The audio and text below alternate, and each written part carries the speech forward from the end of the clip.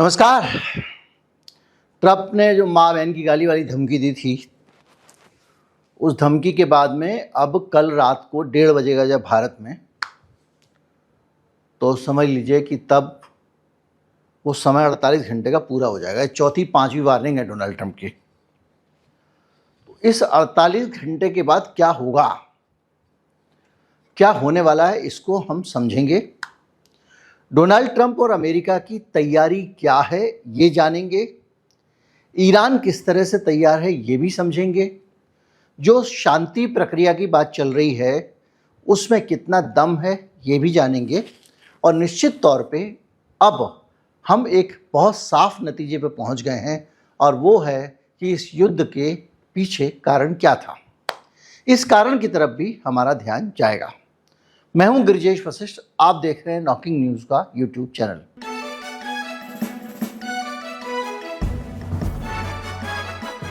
जब Donald Trump ने धमकी दी थी उसके बाद में एक प्रस्ताव आया। 3 ठो मुल्क दुनिया में, सब अमेरिका के सगे, और इजिप्ट तो किस तरह से दबा हुआ है इजराइल से आपको भी पता है। तो इजिप्ट, पाकिस्तान, अमेरिका का पिट्ठू और टर्की, इन तीनों लोगों ने एक प्रस्ताव बना के भेजा, ईरान को भी और डोनाल्ड ट्रंप को भी। इस प्रस्ताव में लिखा है कि आप 2 शर्तों पे समझौता कर लीजिए। क्या? पहली शर्त यह है कि हार्मुज स्ट्रेट को आप खोल दीजिए, दूसरा 45 दिन का युद्ध विराम कर दीजिए। ये बीच का रास्ता निकाला इन्होंने। अगर ये बीच का रास्ता है तो अमेरिका की साइड का रास्ता कौन सा ये बता दीजिए।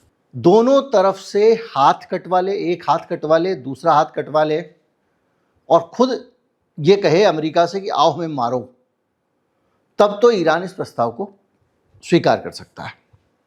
कैसे? आप सोचिए कि अगर हार्मुज स्ट्रेट से ये जो वहां पे फंसे हुए हैं जहाज, ये निकल जाते हैं तो 2 तरह का फर्क पड़ेगा। एक तो वो निकाल रहा है, 15-15, 20-20, 10-10, 15-15 निकल रहे हैं वहां से, तो वो बंद नहीं है। ये उसने जो कहा है ईरान ने, उस पर वो कायम है, वहां से निकल रहे हैं। लेकिन अमेरिका और उसके पिट्ठुओं के जहाज जिस दिन निकाल देगा उस दिन तो वो फंस जाएगा। कैसे फंस जाएगा?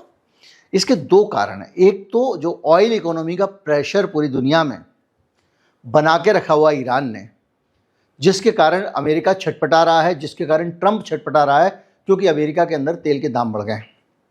वो सारा का सारा प्रेशर रिलीज हो जाएगा। अगर हार्मुज खुल गया तब तो डोनाल्ड ट्रंप की मौज ही मौज है, फिर तो वो 10 साल तक कुछ नहीं करेगा।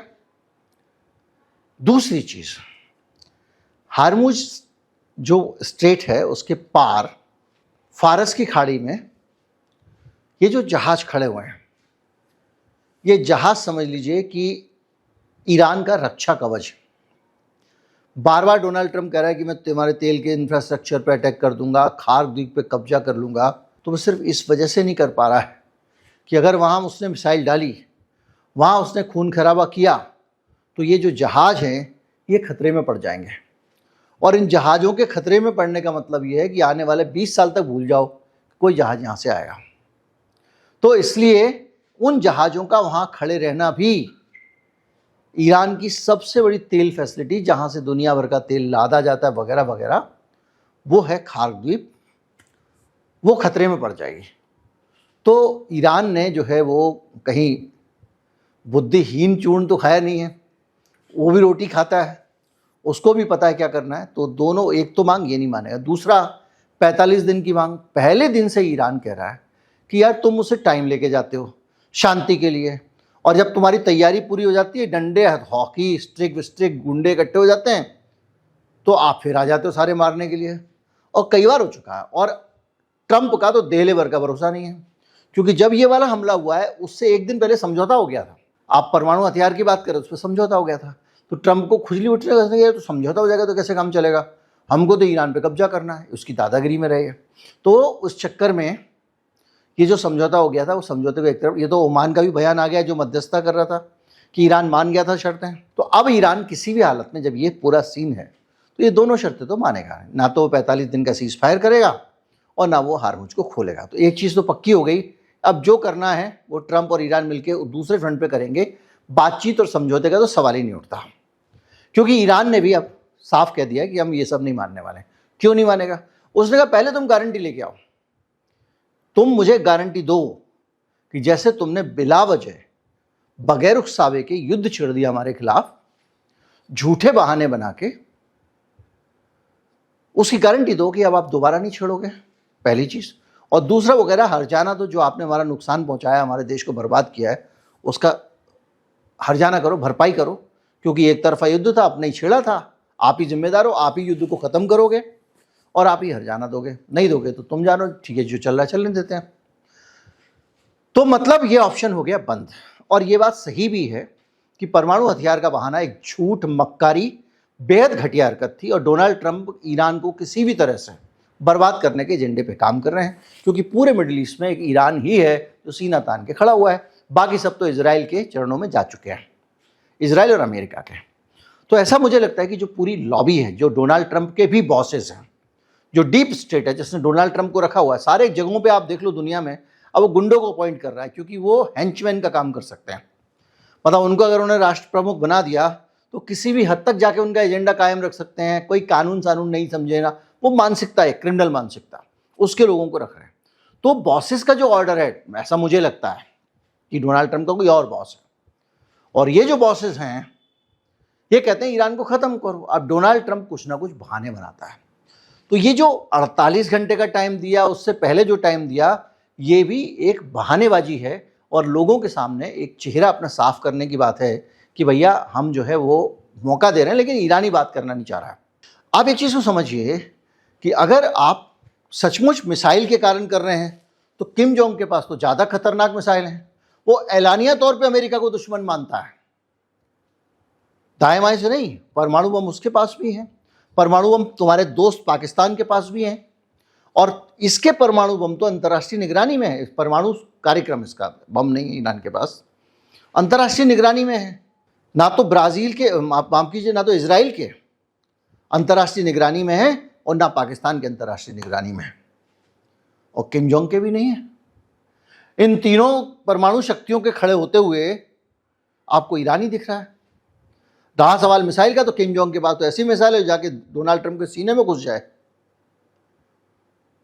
और ये सब फालतू की बातें हैं कि रास्ते में यहाँ नहीं गएगा, वहाँ पे ये सुरक्षा हो जाएगी, इंटरसेप्शन हो जाएगा। ईरान के केस में देख लिया, रास्ते में 8 जगह, 8 गिनती की जगह हैं जहाँ पे मिसाइल एयर डिफेंस सिस्टम अलग अलग देशों के रोकने के लिए लगे हुए हैं। ईरान की मिसाइल जा रही है, जहाँ चाह रही है वहाँ पे मार रही है, इजराइल में। तो ऐसी परिस्थितियों में आप ये तो भूल ही जाओ कि ये इन्होंने कोई ग्राउंड लिया। तो ग्राउंड क्या है, वो एक बड़ा सवाल है, क्योंकि ना तो मिसाइल वाला ग्राउंड है, ना तेल वाला ग्राउंड दिखाई देता है, क्योंकि तेल की अमेरिका को भी कमी नहीं है। और अगर ऐसी कमी होती तो हार्मुज खुलाने की बात करता। उसने कहा कि भाई हम लोग एस्कॉर्ट करेंगे, ऐलान किया अमेरिका ने। एस्कॉर्ट करने मतलब होता है आगे आगे सेना का चलेगा जहाज, और पीछे पीछे लेके जाएगा इन जहाज़ों को हार्मुज से। उनके अपने ऊर्जा मंत्री ने कह दिया एस्कॉर्ट करना शुरू कर दिया है, समझ रहे हैं, ट्वीट कर दिया। उसके बाद सॉरी नहीं हुआ ऐसा कुछ, ईरान ने कहा, तो तुरंत वो मंत्री जी ने अपना ट्वीट डिलीट किया, और डोनाल्ड ट्रंप ने अपना ले लिया। आप एक इंटरव्यू में कह रहे हैं फॉक्स न्यूज़ को कि नहीं वो साहब नेवी चीफ हमारे जो है ना वो तैयार नहीं हुए। तैयार तो आर्मी चीफ भी नहीं हुए थे, क्योंकि आर्मी चीफ ने साहब कहा कि जिस तरह से तुम हमले कर रहे हो, सारी चीज़ें कर रहे हो, सेना प्रमुख जो थे वहाँ के, ये स्वीकार्य नहीं है। तो उनको हटा दिया, बहुत सारे अधिकारियों को हटा दिया। क्यों? क्योंकि अब वो जो ईरान में करना चाहता है उसमें ये सब लोग अड़ंगे डाल रहे थे, तो कहते गैरकानूनी है, इससे अमेरिका को नुकसान हो जाएगा, वगैरह वगैरह। लेकिन बॉसेस का हुक्म है, और बॉसेस के लिए इजराइल फर्स्ट है, उनके लिए अमेरिका फर्स्ट नहीं है। ये भी मेरी अपनी ओपिनियन है। तो वो जो इजराइल फर्स्ट में डोनाल्ड ट्रंप ने तैयारी कर ली है, सेना के अधिकारियों को बदल दिया है, सब चीज़ें कर ली हैं, है ना। तो अब उन्होंने एक टाइम दे दिया है। अब आप कहोगे डोनाल्ड ट्रंप की चेतावनी, ये तो बकता रहता है ना। इस आदमी का इतिहास है कि ये पहले धमकी देता है और उसके बाद में धमकी को लागू भी कर देता है। मैक्सिको को इसने धमकी दी, तुम्हारे ऊपर सैंक्शन लगा दूंगा, वगैरह वगैरह, वरना तुम मेरे देश में घुसपैठियों को रोको। मैक्सिको ने कहा कि भाई ये तो आपका देश है, आप रक्षा करो। बोला मैं सैंक्शन लगा दूंगा। आगे हार के मैक्सिको ने क्या किया, एक अपना गार्ड मुकर्रर कर दिया, ये घुसने से रोकेगा। कोलंबिया के केस में देख लो, यूक्रेन के केस में इसने कहा कि मैं तुम समझौता नहीं करोगे, तुम्हारी हथियार की सप्लाई बंद कर दूंगा। इसने बंद कर दी थी। नाटो को धमकी दे चुका है, बस एक ही धमकी है जो अभी तक कामयाब नहीं हुई कि मैं नाटो से बाहर निकल जाऊंगा।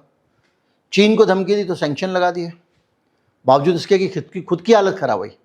लेकिन ये आदमी ऐसा पगलेट टाइप में है, ये कर देता है कुछ भी। और क्या है वो, तो पगलेट कह रहा हूँ तो गलत थोड़ी कह रहा हूँ, जिस तरह के ट्वीट आ रहे हैं। तो ये जो सिचुएशन है, इसमें अगर आप ये समझें कि 48 घंटे पूरे होने के बाद डोनाल्ड ट्रंप हमला नहीं करेगा, तो भी आप डोनाल्ड ट्रंप को थोड़ा सा गलत समझ रहे हैं, क्योंकि वो आदमी कुछ भी कर सकता है, इधर भी जा सकता है, उधर भी जा सकता है। मुझे लगता है उसका एक सर्टेन टाइम पे मूड बनता है, शाम को लिटिल उसका मूड बनता है, उसके बाद में वो ऐसी कोई ट्वीट कर सकता है, उसके बाद ही वो फैसले लेता है। इसलिए आपने देखा वो 8-10 बार तो तारीख बदल चुका है, ये बढ़ चुका है, आरोप बदल चुका है, कारण बदल चुका है, सब बदलता रहता है वो। तो ये जो सिचुएशन है, इसमें बहुत सारी खतरनाक चीज़ें हैं। अच्छा, आप ये कहेंगे कि साहब आप क्यों कह रहे हो कि ये कारण नहीं है, तो मैं आपको बताता हूँ। देखिए, ईरान की सरकार को उखाड़ फेंकने के लिए, रिजिम चेंज जिसको अमेरिका कहते हैं, उसके लिए अभी खुद डोनाल्ड ट्रंप ने स्वीकार किया कि उसने वहाँ पर हथियार पहुँचाए, गन, खुले हाथ से बंदूकें दो, कि जो लोग भी ईरान में बगावत करना चाहते हैं। इसलिए याद कीजिए कि ईरान ने कुछ तस्वीरें, वीडियो जारी की थी जिसमें प्रदर्शनकारी बंदूकें चला रहे थे, और उन वीडियो को उस वक्त खारिज कर दिया था अमेरिका से सारी दुनिया ने। अब डोनाल्ड ट्रंप खुद कह रहा है, फॉक्स न्यूज़ के इंटरव्यू में कहा उसने कि हमने हथियार दिए, कुर्दों के जरिए हथियार पहुंचाए। कुर्द कौन से? इराक वाले कुर्द, और उनके जरिए हथियार पहुंचाए। क्योंकि कुर्द जो है, मैं आपको पहले बता चुका हूं कि वो कुर्द देश का एक उनको लगता है हमारी अलग आइडेंटिटी, हमारा अलग देश होना चाहिए। तो वो ईरान में भी कुछ हिस्सा है उनका, कुछ हिस्सा उनका तुर्की में भी है, कुछ सीरिया में भी है। बहरहाल जो भी है, तो उनको इसने मदद की। आप सोचिए, जो विद्रोही हैं, अलगाववादी हैं, जो आतंकवादी भी कहे जा सकते हैं, उनको तुम हथियार दे रहे हो और कह रहे हो कि ईरान के अंदर पहुंचाओ, जनता के पास में, जनता के नहीं, उन विद्रोहियों के पास में जो इनके घुसे हुए थे, और गोली चलवाओ। और उसके बाद जब ये काम नाकाम हो गया, क्योंकि डोनाल्ड ट्रंप कह रहे हैं कि शायद कुर्दों ने खुद ही रख लिया हथियार, उनको आगे पहुंचाए नहीं। मतलब सारे नहीं रख लिए होंगे, कुछ पहुंचा भी दिए होंगे, कुछ नहीं भी रखे होंगे। इससे भी ये पता लग रहा है कि ये जो आदमी है ना, इसके दिमाग में बहुत शैतानी और कहीं ना कहीं से आपराधिक साजिश चल रही है, ईरान को निपटाना है। वरना ये काम क्यों करता? अगर तुम्हें बात करनी थी, तुम पहले ही बात कर लेते। परमाणु हथियार की तुमने बात की, कर ली थी, फिर भी तुमने कहा कि नहीं, हम परमाणु बम गिरा देंगे। वहाँ पे बम गिरा दिया तुमने उनके एक परमाणु ठिकाने पे, जहाँ पे वो उसकी रिफाइनिंग करता था, यूरेनियम की, है ना। और वहाँ पे आपने बम गिराने के बाद में भी आपने देखा ईरान ने तो कुछ रिएक्ट ही नहीं किया। इसको लगा तभी करेगा, तभी निपटा देंगे।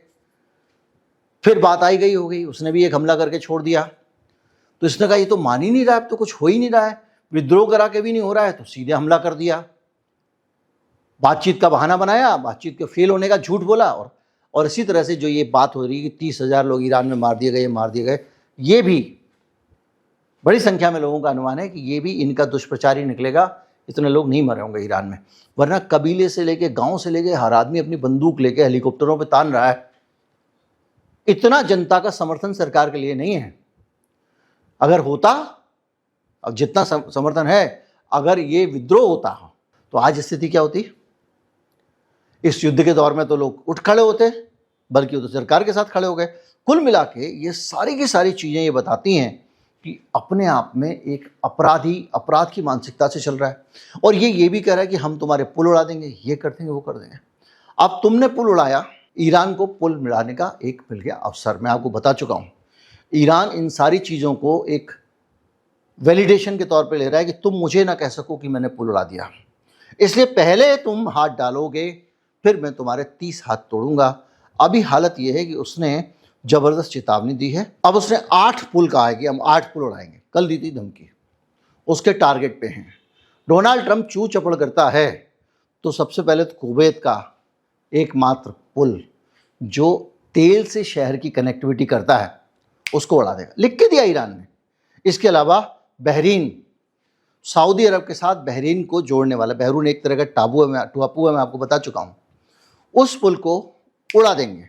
इसके अलावा यूएई में Abu Dhabi Dubai transport hub है, वहाँ पर 2 पुल हैं, इन दोनों पुलों को वो उड़ा देगा। इसके अलावा जॉर्डन में 3 हैं, एक तो इराक बॉर्डर पे है और अम्मान का जो कनेक्शन है उसके वो वाला, ये पूरा उड़ा देगा। मतलब इन पुल के उड़ाने का मतलब जानते हैं, पूरा मिडिल ईस्ट पंगु हो जाएगा, संपर्कहीन हो जाएगा। और ईरान ने ऐलान कर दिया है। दूसरा, तुमने कहा उनके पावर हाउस उड़ाओगे। मैं आपको बता चुका हूं कि ये सब चीजें ईरान के ऊपर पहले करके देख चुका अमेरिका, कुछ कर नहीं पाया है इन्होंने। मैंने आपको बताया कि उसका पूरा सब कुछ डिसेंट्रलाइज है, उसका पावर सिस्टम भी डिसेंट्रलाइज है और किसी एक ग्रिड से नहीं जुड़ा हुआ है। 15,000 बिजली घर हैं, तुम उसका उड़ाओगे, वो एक परमाणु बिजली बम अगर बिजली घर उड़ा देगा अगर तेल अवीव में, बस रोता हुआ बैठ जाएगा। अभी बीच में कई बार लाइट जा चुकी है इनकी, किसी तरह से ठीक करके चालू करते हैं फिर गिरा देता है। तो अभी जो सिचुएशन बन रही है वो ये बन रही है कि डोनाल्ड ट्रंप ने जो तमाम सारी गंदी गंदी गालियां देके डेडलाइन दी है, उस डेडलाइन के पूरा होने पर क्या होना है? होना यह है कि डोनाल्ड ट्रंप के सारे बहाने एक्सपोज हो चुके हैं।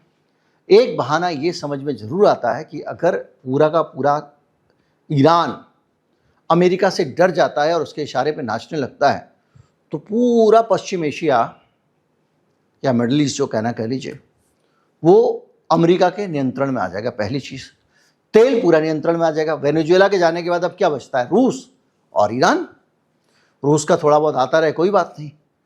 और ये तेल हाथ में आने के बाद सारी दुनिया की तेल की सप्लाई, या चीन की है, किसी की भी है, उस सबको वो कंट्रोल कर पाएगा। तो वो जो जैसे मरीज होता है अस्पताल में लेटा रहता है और ऊपर से जो है उसके वो ग्लूकोज की बोतल चढ़ रही होती है, उसमें वो लगा रहता है ना कम ज़्यादा करने वाला, वो अमेरिका के हाथ में आ जाएगा। जब चाहेगा तो इनकी दुनिया चलेगी, जब चाहेगा तो बंद कर देगा। भारत जैसे देश तेल के आयात पे निर्भर हैं, वो अमेरिका के इशारों पे नाचेंगे। मतलब देश नाचेंगे कि नहीं पता नहीं, नेता लोग तो नाचने शुरू हो गए हैं, वो तो हम देख ही रहे हैं। तो ये जो तारीख है, ये तारीख इतिहास की बहुत महत्वपूर्ण तारीख होने वाली है। या तो डोनाल्ड ट्रंप कदम पीछे खींचेगा, क्योंकि वो बार बार कह रहा है हमारी ईरान में बात हो रही है, ईरान में बात हो रही है, ईरान पे बात हो रही है।